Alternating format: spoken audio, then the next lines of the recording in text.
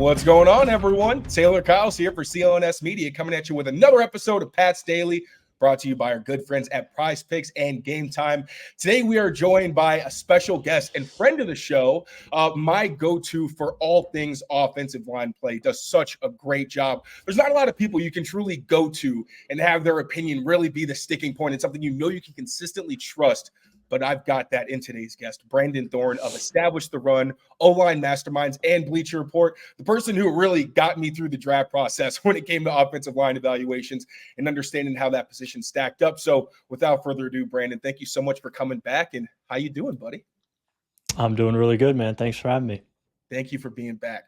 So before we get into it, you just released a piece where you ranked all the offensive lines in the NFL. Really go check it out on Establish the Run, even if it's not just for the Patriots, so you have an idea of where the positions actually stack up throughout the NFL and who the Patriots are going to be playing. And New England was actually ranked 31st, tough but fair, with an offensive line that's projected to be Okorafor on the left, Sidy Sow, David Andrews, Nick Leverett, or Layden Robinson, and then Mike Onwenu at right tackle. So what was your thought process behind that ranking? And do you feel any better knowing that towards minicamp and the end of minicamp, the right side was actually Onwenu and Caedan Wallace, a little bit of a switch up? Yeah. Well, in that scenario, I would feel a little bit better about them, but I still probably have them as maybe a bottom 10 unit, even with that. So I mean, for my ranking, I guess first, 31st, with the initial projected lineup of Onwenu at right tackle, Sidy Sow moved over to left. Yeah, I mean, I think just starting left to right, I think moving Okorafor over to the left side when he was, a replaceable starter at right tackle, uh, that's probably the biggest question mark that I have, just because, I don't know that he was kind of barely hanging on, at right tackle. So switching over to the left, I don't see how that is, going to be an improvement. Or even if he's going to be able to kind of match the play that he had over the last several years, at right. So I'm expecting him to maybe be a little bit worse over there, and that could be really rough. And then there's nobody behind him to take his spot.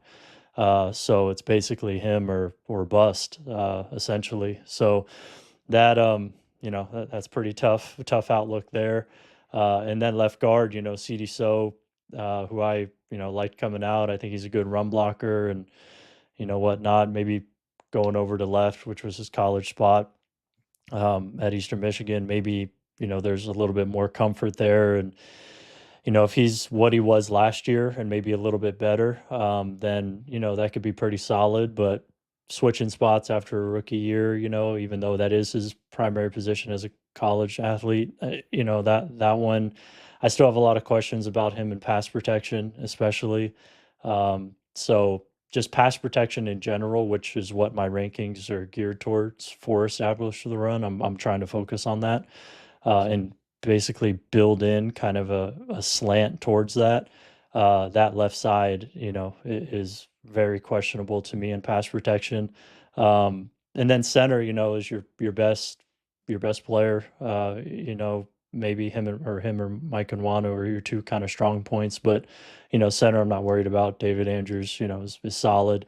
And then the other side. I mean, if of course this is up in the air, but Mike Onwenu, at right tackle, I don't see a very good pass protector as a tackle there. Just short corners, getting beat around the edge, quite a bit. That could be mitigated, based on quarterback play and scheme and things like that. But I just see kind of an average to below average pass protector there. If he slid inside, though, I think that's where he's best and where some of that, where his strengths really get maximized and weaknesses can get covered up even easier. And so, that would change things. But if assuming he's the right tackle, I think pass protection wise, you're just a little limited there, with what you could do, especially against high end competition. So yeah, that was kind of, and then when you stack up all that stuff, I mean, I just don't see a very good pass protecting unit here.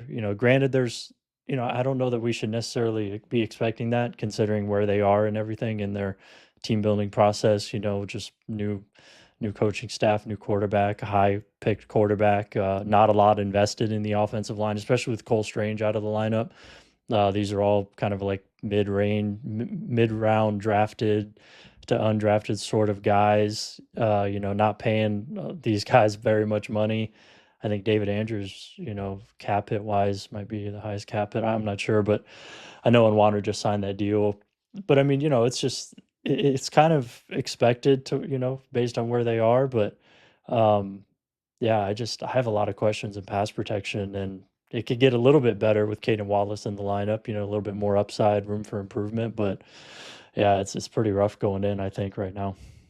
That's totally fair. And that's the biggest thing. There's a lot of pessimism around this position group, and that's because there are so many unknowns. You got guys switching sides, some guys playing in the NFL for the first time, a lot of things that you just can't really grab onto and know for a fact that this is going to be a solid unit. And in saying that, let's eat our vegetables first, kind of talk about the player that you mentioned is kind of the biggest glaring hole in terms of you really don't know what you're going to get in Okorafor. So, like you said, he may not even be as good as he was on the right side when he's on the left. I actually thought in pass protection, I thought just, this is just my opinion. I trust you more than I trust my own eyes because you're much more experienced. But I know I saw him against Nick Bosa. I thought he was pretty solid. I like the athleticism, the aggressiveness in his sets. But I also understand there's times where he gets beat inside, which you really don't want. So I'm curious, in this scheme for the Patriots and Alex Van Pelt, which the players have told us is basically going to be like the Brown scheme, where everything kind of builds off the run game. There's a lot of things where there won't be a ton of situations where these tackles ideally are really on an island. Do you think that scheme can do enough to help Okorafor and make him just someone who isn't the kind of liability where you're saying we can't even have him on the field, kind of like what they had last season with Darian Lowe a lot of the time with Trent Brown missing some action? Yeah. With that sort of scheme, I mean, I think if it's going to happen, it's probably going to happen in that scheme, but I still don't feel that good about it. I mean, the run game is going to have to be really, really good for it to, I think, happen. And for that pressure to be off of him, and they're in consistently favorable down and distance situations where he's not having to be exposed and things like that. They're playing with leads, kind of that sort of thing. Just a lot of favorable situations, and I think if the run game is really, really good, like a top 10 run game, and that could kind of allow, play action and things like that to be a little bit more, convincing, and you're just in these good, fortunate kind of situations as an offensive lineman, not a lot of drop back pass situations and that sort of thing, obvious pass situations, then yeah, it could happen, but I'm pretty skeptical that that's going to happen, at least initially. But granted, these rankings are in June, so yeah, we have I have about 45 days or so to kind of change these a little bit at least, based on training camp injuries, things like that, reports, all that, how things are going. So we'll see. But as of June, yeah, I'm pretty skeptical that that's going to happen for the course of the full course of the season. I'm actually curious, going a little off script here, when it comes to mini camp and OTAs, where these guys aren't even wearing pads. The defensive line can look really good because they're in attack mode and there's not a whole lot that the offensive line can do to push back. What do you take away from that time of the year? Or is there really anything? Because even the coaches have told us it's really more about fundamentals than it is about actual schemes. So, sometimes a lot's made about, oh, the O-line looks so bad, but I try to reserve my judgments until more training camp and preseason, we can really see these guys kind of lock horns. I would say nothing. I would take nothing from that, aside from just lineup stuff. Mhm. Like who's playing where. So I'd say probably zero. I'm basing this off of studying him his entire career, and basically you just go off tape, of all these guys and what you've seen over the course of years and years. Unless they're of course rookies, and then you go based on your college, evaluation. So this is purely just based off of how these guys have played football over the course of their football careers, basically. And that's really it. And then you also factor in kind of scheme, what you expect it to be, the situations you expect them to be in, and then the coach, and then his track record. And then in this case, we don't have a track record.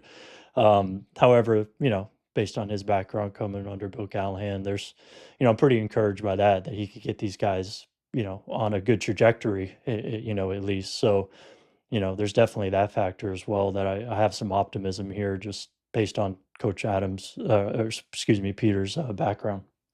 I'm gonna clip that right there because I've been trying to put that asterisk on all these observations for the offensive line. It's way too soon to be saying anything definitive. I'm trying to, give some optimism with the realism as well. But yeah, I've been trying to say that. I really don't think there's a lot we can glean. Before we move on from Chooks, is there anything, as you said, you've seen years of his tape, that Patriots fans can look forward to and be a little bit optimistic about? I mean, I think you touched on it. He kind of his play style, that aggressive kind of, get after you kind of play style, at least in pass protection. He is an aggressive pass blocker, which is, kind of good and bad, a double-edged sword. He, like you mentioned it. I mean, losing inside, that has to get corrected. And it's just bad. I mean, he could get set up, with counters, like rushers who could set up their moves, effectively with hesitation, stutters, feints, things like that, can really just cause him to kind of flip open his hips and just get beat across his face very easily. So while he can kind of get after a guy with a jump set and a rep quickly here and there, I think it's very sporadic, and he just loses glaringly too often for what you typically want to see a starter, do. So yeah, it's very up and down. But yeah, I mean, I just think anytime you have that kind of approach that he has, you're going to be able to clip a couple nice reps a game against some really good rushers. So I think that's really like the best thing that he brings is just kind of his change ups and stuff that he can kind of catch a guy off guard here and there. And Scott Peters, we trust. Hopefully, he can work with Chooks to refine that and make sure, again, the losses inside quickly are really the death knell. It's one thing if you're hanging on at least and giving your guy time, but if you're getting beat, like as soon as contact happens, that's something you can't live with. We're going to stick to the left side of the offensive line, talk about City So. But first, quick word from our friends at Prize Picks. Be right back. You can win up to 100 times your money on Prize Picks with as little as 4 correct picks. You can turn $10 into $1,000. With the NBA Finals over, the hoops action doesn't stop on Prize Picks. Women's basketball is just heating up, with stars like Caitlin Clark and Angel Reese looking to make names for themselves, alongside greats like Breanna Stewart and Asia Wilson. You can earn up to 100 times your cash watching them ball out. Prize Picks is available in more than 30 states across the country, including California, Texas, and Georgia. I made my first $10 deposit and received an instant $10 bonus. If you have the skills, you can play for a shot at turning your $10 into $1,000. I've got Caitlin Clark for more than 3.5 3-points made and Breanna Stewart for more than 23 points. For baseball, I've got Kyle Schwarber for more than 9-hitter fantasy score and Bryce Miller for more than 4 pitcher strikeouts. Download the app today and use the code CLNS for a first deposit match up to $100. That's code CLNS for a first deposit match up to $100. Prize Picks. Pick more, pick less. It's that easy. So moving on to City So, now at left guard, like you mentioned, his college position. He touched on the run blocking and the pass blocking. Run blocking, he was PFF's highest rated rookie offensive lineman. And you could see that on the tape. Helped that he was in between David Andrews and Mike Nwenu, but he did a lot of impressive things on his own as well. But then in pass protection, he did have a pressure rate that you don't want to carry over into next season. So from your perspective, what allowed him to thrive his rookie season? Why did he struggle? And where do you think he needs to improve to really take that next step and be a quality starter? Yeah, I mean, I think a lot of it is from what you saw, in him in college, based on his college scouting report. Just I think the strengths, he's definitely like an older, developed physically prospect, coming out. I think he's 24, 25 years old, and he kind of plays that way. He kind of has that really established play strength and power, good arm length as well, big hands. He's just a physically imposing blocker, and I think that really is, more easier to be translated into the run game. So heavy hands on contact, establishes first meaningful contact well, really good in the post on double teams. I think that's probably the best thing he did last year. Him and Mike Nwanu on, double teams was one of the more underrated kind of duos in the league, I think, along the offensive line, just in terms of creating movement, reestablishing the line and getting guys, pushed off the ball and creating a lot of displacement vertically and laterally. So, he's able to kind of punch guys, steer them, widen them, and create lanes off of his back. You primarily see that like in, on angle drive blocks, base blocks, down blocks and double teams. And that's kind of what he did in college. And that's where he succeeded last year. He's very physical, good finisher. He's trying to set a tone out there and just plays with the right mindset. And, but in pass protection, just like what I basically said coming out, I saw a lot of that as well. Just very rigid, not very good with his hands. He has a very strong punch, I would say, but when guys are set wide on him, especially, like the loose 3 technique, kind of 4-eye, even 5 technique, those sorts of alignments, high end 3 techniques where he has to deal with a lot of space. He's not very good with his, getting to a spot, being patient, knowing when to throw his hands, how to throw his hands with the right timing, placement. So that just leads to quick losses. Guys either crossing his face or, trapping that outside hand and winning around the edge. He's just a little bit all over the place in pass protection in those sorts of situations when he's not able to get his hands on guys quickly. So he wants to set aggressively, be physical. Hopefully in this scheme, he could do that even more. But in the true drop back situations where he's not able to just go get a guy because he's not super close to him, he's just not very skilled right now. So, yeah, I mean, I just think he needs to improve, just kind of with the nuances, and I think footwork, would help that as well to get himself in good positions, not overset guys, not underset guys, and force guys to square up with him and kind of try to work down the center of him. I think that's really what his goal is and should be in pass protection, is to get guys centered up. So, then it's about, okay, you got to work through me, as opposed to, he's trying to kind of chase guys, and, it's just not a good situation for him. So, yeah, I mean, I just think he's kind of a one-dimensional pass protector right now, and that's what hurts him. You mentioned the experience, and I'm actually curious because that seems to be a pattern with what the Patriots have gone for in their offensive linemen. Like you see that with Caedan Wallace, where they like guys who've been playing for a while. Do you think that has something to do with the fact that there's just so little time for these offensive linemen to get quality reps in practice because you can't play with pads? There's not as much time you get to practice at all. And, one guy I really liked in the draft was Kingsley Suamataia. But then, he's really inexperienced, and it seemed like maybe the Patriots weren't as high on him as we were on the outside. Do you feel like maybe that might be a factor in where they've been leaning the past few years when it comes to their offensive linemen? Yeah, that would make sense. I think this year we had a lot of guys who were very inexperienced, go high in the draft, but that's just the way it was. I mean, these guys were also very young, 21 years old, that sort of thing. CD So was 25-year-old rookie, I believe. So that's abnormally old, but yeah, I think there's something to that for sure. And just as you said, if you've played more football along the offensive line, typically you're able to project those guys easier because you kind of know what you're getting.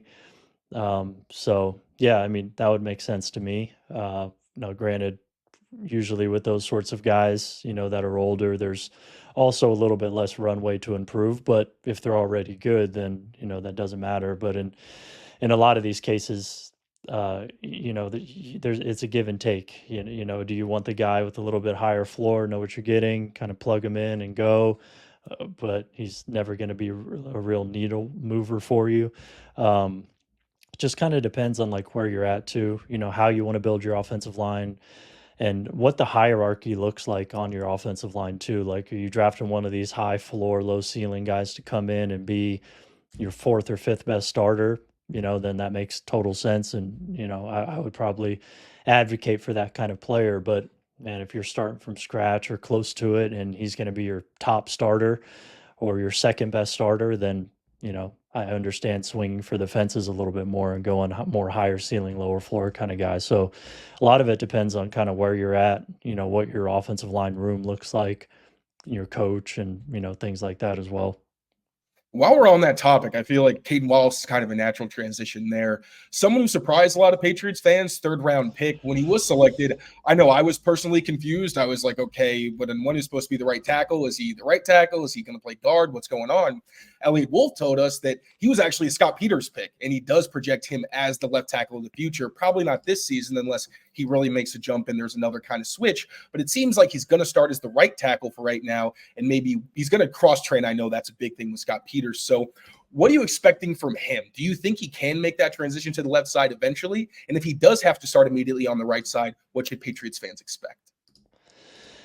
Yeah, I mean, I think he could potentially move over to left, especially on this offensive line where, Okorafor is over there and Wallace might be the better choice earlier than we may think. Honestly, I mean, I wouldn't be shocked to see Wallace over there, and then on Wanu just stick it right and just roll with that. That would make some sense. But yeah, I mean, with Wallace, I think the thing that I liked so much about him is just the way he moves. He's just a very loose, kind of fluid mover, both out of his stance and then redirecting, recovering. I think he has good body control, and just I really liked his movement skills, and he has a good ability to play long, which I know is a huge thing with Scott Peters and really because of Bill Callahan and, the way that they teach, in terms of playing long. Bill Callahan is a big advocate of that sort of mindset and terminology.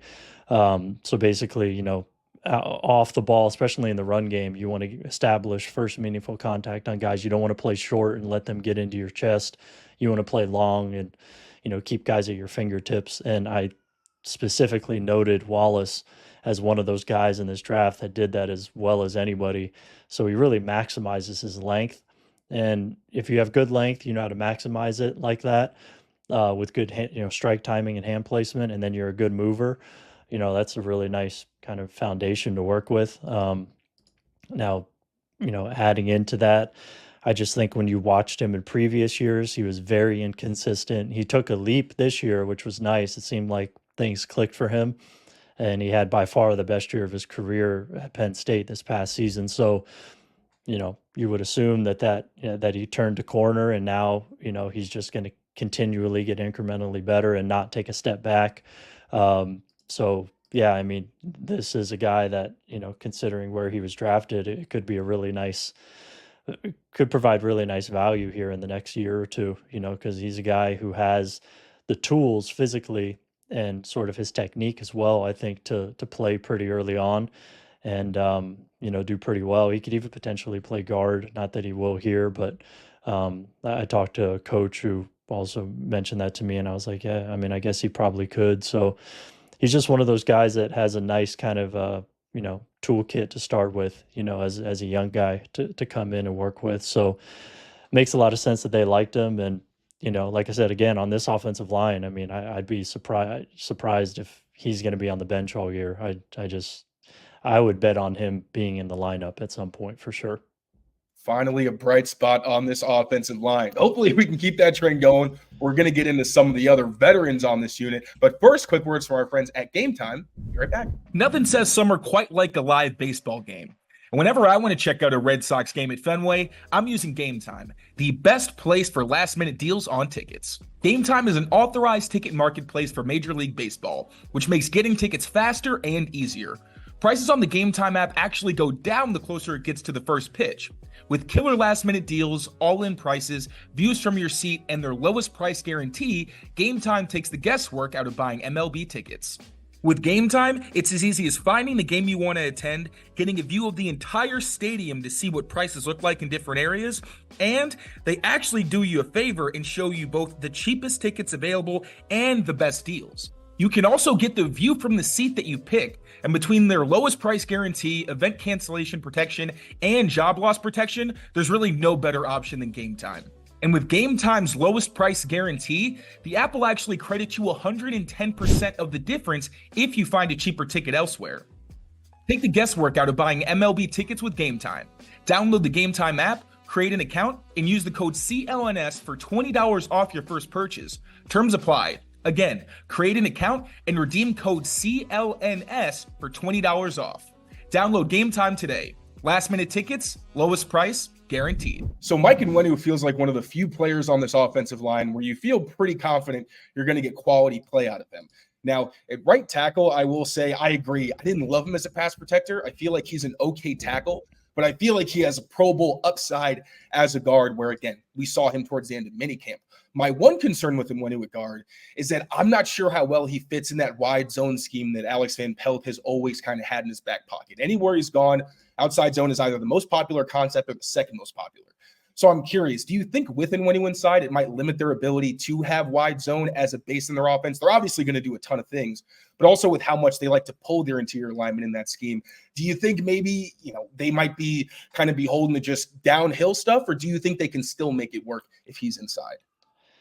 I mean, I think they could make it work. I think, going back to Wallace maybe at left and then Onwenu at right tackle, I think that might be probably the lineup that makes the most sense. But, just individually speaking, regardless of scheme, I like him most at guard. But then when you add in the scheme, then I could see, okay, and based on the other players on this, offensive line, right tackle could make the most sense. So I could kind of go either way. But yeah, there is, some limitations, I guess, if he was at guard. He's not Batonio or Teller or somebody like that who, that this sort of scheme, those sort of guards that they've typically had who have more movement skills than him.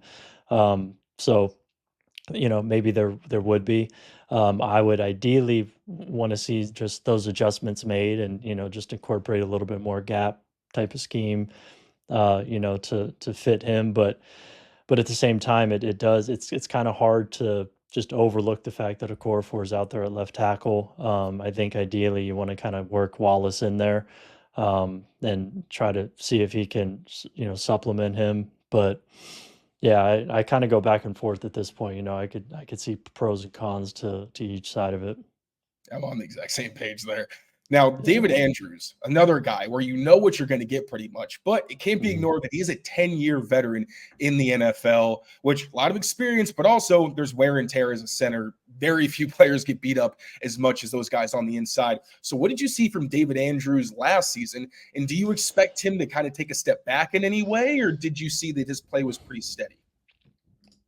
Yeah, I mean, as long as he's healthy and not like really, really dinged up, which you could say is pretty much about anybody. But I mean, I still see a solid player, somebody that you definitely don't want to replace or anything like that. Again, especially in this sort of scenario, I think his value, you can make the case he's the most valuable guy on this offensive line, specifically, with Drake May coming in, assuming he's, playing the majority of the year. Having a guy like David Andrews, we've talked about this over the years, having that savvy veteran experience center for a young quarterback, just there's so much hidden value in that, off the field, pre-snap, the whole operation of the offense. So if Andrews goes down, that I just think and assuming May's in the lineup, that could really have a lot of negative effects on the offense. So I just think Andrews, regardless of kind of like how well he's sustaining and finishing blocks or anchoring and all these sorts of things, the pre-snap operation of the offense is going to be something that he is going to be such a critical part of, that his value is really hard to kind of overstate because of that. And then when you study him on film, I still do think he is a solid player who could kind of he's pretty well rounded and he doesn't have like a glaring weakness and all that kind of stuff. But I think there's just a lot that he brings to the table that is going to be a huge help to this offense and Drake May in particular. Awesome. Now, wrap this up with Layden Robinson, another pick that was kind of a surprise to Patriots fans. Made a lot more sense with Cole Strange. Now we know he might not even play until midseason. They don't play the exact same position, but still more help on the interior. When I was looking it up, I was trying to see, all right, what idea do they have for him? And it turned out that he and Wyatt Teller, Brown's offensive lineman guard, were actually both day 3 picks, and mock draft will have them pretty similar when it came to testing. Both guys who have good length, pretty explosive with their first step. Now, obviously, Wyatt Teller is an all-pro guard. I don't necessarily want to put those expectations on Layden Robinson, but under Scott Peters, do you think he can be a similar player in the way that he's maybe utilized?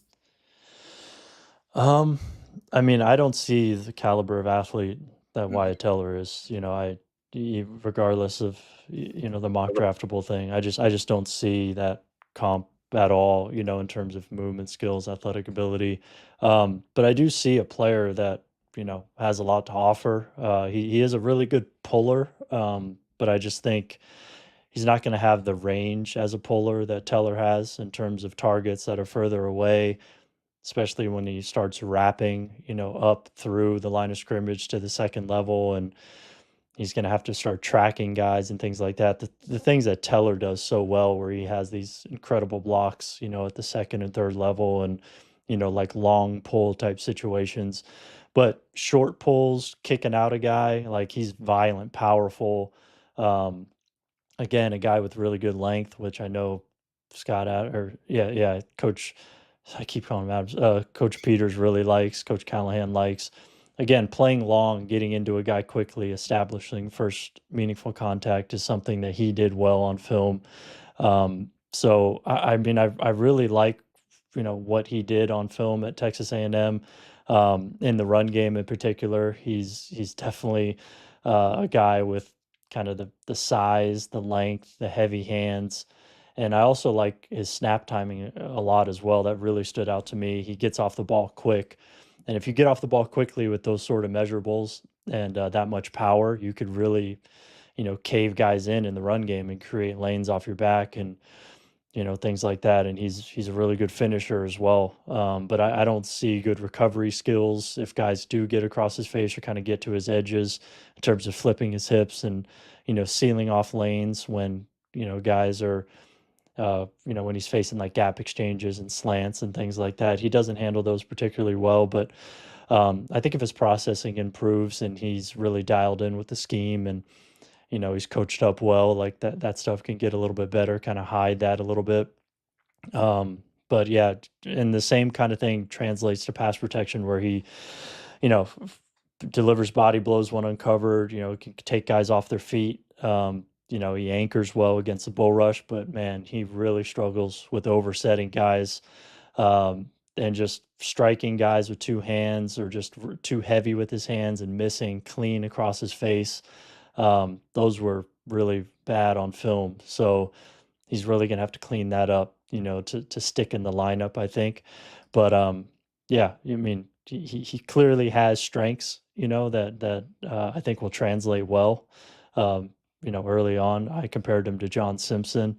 That's kind of the guy I see. If he could turn out to be like a John Simpson has, then I think that's probably the best case scenario for him, which would be a really nice player, and somebody who, could be kind of a, like the third, fourth best starter, on an offensive line. And this is ideal, like the top range of an outcome, I think. But I think that's, within the realm of possibility for him. But yeah, and with Cole Strange hurt, I think the opportunity's there. And I would imagine that's, Coach Peters liked him quite a bit as well.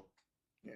You mentioned the snap timing. He's one of those guys where I had to pause a lot of the time because I'm just like, is he going early or like in it? You just literally go frame by frame, kind of like, nope, he's okay. He's just really quick. And you mentioned the way that he pulls. The Patriots, especially the past couple of years, especially with when he went inside, instead of true power, you'd see more long trap where those interior guys are really just kicking out. They're not asking to attract to the second level. Not exactly what the Browns are doing, but hopefully, again, Alex Van Pelt has been preaching, do what your players do best. You hope that he can maybe accommodate those guys and do what they do. And with the pass protection, I'm curious because, like you mentioned, without Cole Strange, there is opportunity inside, especially if and when he ends up going back to right tackle and Caedan Wallace is at left tackle. Do you see a realistic scenario where Layden Robinson becomes a starter in year one and isn't a true liability, or do you think he's more of a year two starter type? I would probably lean more towards year two. But yeah, like contrasting him with Cole Strange, just, completely different players, much more powerful, bigger, stronger, those sorts of things. He's going to be able to anchor and handle the bull rush better than Cole Strange can. Now he's, obviously, he's not as good of an athlete and things like that, but I don't know that matters a whole lot because if you don't have the strength, I feel like play strength is probably the most important thing, and he definitely has that. So, yeah, I mean, on this offensive line, I could see him starting the majority of the games, but I think ideally, yeah, he'd probably be a year two starter. But in the opportunity's there, man. I think on this line for him, if he earns that job early on before Cole Strange is ready to come back, um, it might be kind of tough for Cole Strange to pry that spot back from him, especially with the ability to anchor. I think that was kind of a big issue for Cole Strange, I thought. And yeah, it's kind of hard to sacrifice that for this theoretical kind of upside that Cole Strange has based on maybe, his athletic ability and where he was drafted and things like that. It's going to be tough for Strange to probably get back in the lineup, I would imagine, unless it's just a total catastrophe, all around. Then, what do you have to lose? But I don't necessarily see that happening, based on the scheme and the coach and things like that. So 100%. And Cole Strange, I actually spoke to him about the bull rush stuff. And he said that yeah, last offseason he tried to put on more weight, but he mentioned he's missed so much time. You can't simulate a bull rush, You can't really right. have somebody just attack you like that. And because he's missed so much time, it's kind of hurt his ability to also technically not only put on the weight, but then know how to use it. And if the Patriots do end up going with the wide zone scheme, Ramondre Stevenson mentioned, it takes so much time. It's not like gap where you can kind of just go out there and execute it. You need chemistry, you need timing. And if he's not back until October, it's going to be really tough for a guy like Cole just going to the lineup if, everything goes right and things are actually clicking. It really seems that this is the way his career's gone, obviously, and you hope something gets figured out down the line. Also, real quick, I'm curious, do you have any thoughts on Nick Leverett? Not a guy who figures to have a role if things go well, but I do like his versatility. And with, as you know, those Browns offenses use so many extra offensive linemen. I feel like he could maybe be a Nick Harris type, maybe an extra tight end. Any thoughts on his play?